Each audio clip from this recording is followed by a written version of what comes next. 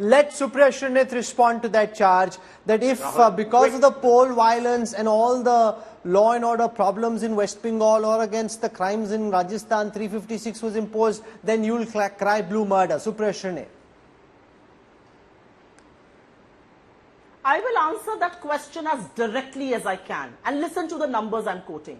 160 people dead, 60,000 displaced, 5,000 houses burnt down, 6,500 pending FIRs, 5,000 arms, which includes light machine guns and AK-47s, looted from 35 police stations, including 6 lakh bullets. Who will those bullets be fired against? Against our soldiers in the army, against Assam Rifles, against Manipur police, against unarmed civilians. Do we understand the extent of what is happening in Manipur? Is something similar happening in any other state of India, including the ones ruled by the BJP? Forget about Rajasthan, forget about Chhattisgarh, forget about Bihar, Bengal, including your own states. Is any other state in the throes of violence? Let GVL Narasimha Rao respond. Given the number of arms that have been looted, given the fact that there is now a buffer zone between the Cookies and the Maitis, because you can't go from one place to another, because two armed forces of the state and the central government seem to be at odds at each other, you therefore cannot compare what's happening in Manipur with the situation in Rajasthan. There is no equivalence. GVL Narasimha Rao, respond to that. No, but as regards attacks on women, violence against women, rape of women, I think such very dastardly acts, they are happening in equal or even perhaps in greater measure in Rajasthan. But as far as the overall law and order situation is concerned, certainly the situation in Manipur cannot be compared with other states. But what is the solution? You see, whether a central government, how does it control? A home ministry has to control, no, after when you impose 356. But the state government has to implement it through the same machinery in the state, or send somebody from outside army, and the state government is fully cooperating. This is a situation unlike the 1966 situation that the Honorable Prime Minister referred to in his speech. What would Congress party have to say? You sent Air Force and you actually invaded Manipur, Mizoram. You actually bombed civilians in Mizoram.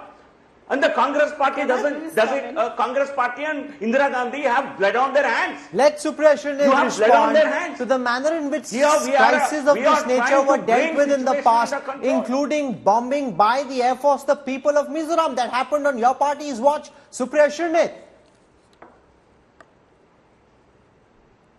Before I answer that question, I have a simple fact to state here. The Bharatiya Janata Party and the NDA have 2 MPs from Manipur. They had the maximum amount of time to speak in this no confidence motion, but they did not give a chance to either of the 2 MPs. You know why? Because they would have laid threadbare their absolute failing to control law and order, and which is why their own MPs weren't given a chance to speak. What do you have to say to your own MLA who says this is state-sponsored violence? What do you say to that MLA who's actually been paralyzed because of how violence hit him? Do you want to respond to the question that I asked as well? Answering your question directly. I'm answering your question directly. I'm answering. I never run away, so don't intervene. I'm answering your question directly. Manipur has been burning for the last 3 months. Your solution and your excuse is because something happened in the past.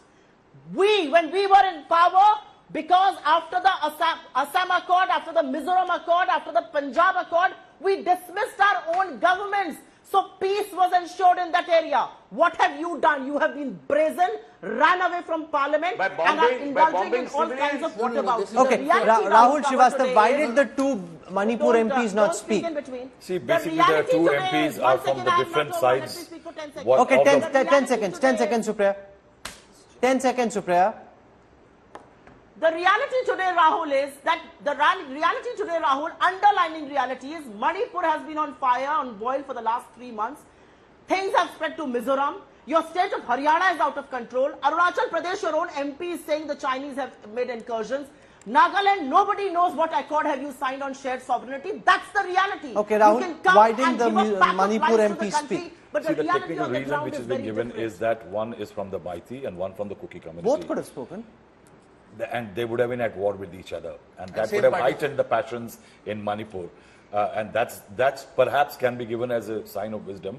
See, the problem is, Rahul, if a Kuki makes a speech and if a Maiti makes a speech, they may try to address their own constituencies. So instead of putting a balm or a band-aid over the issue, the situation may get aggravated. And I don't think anybody in Parliament really wanted it. I think, Rahul, what we are missing the point. Both belong to NDA.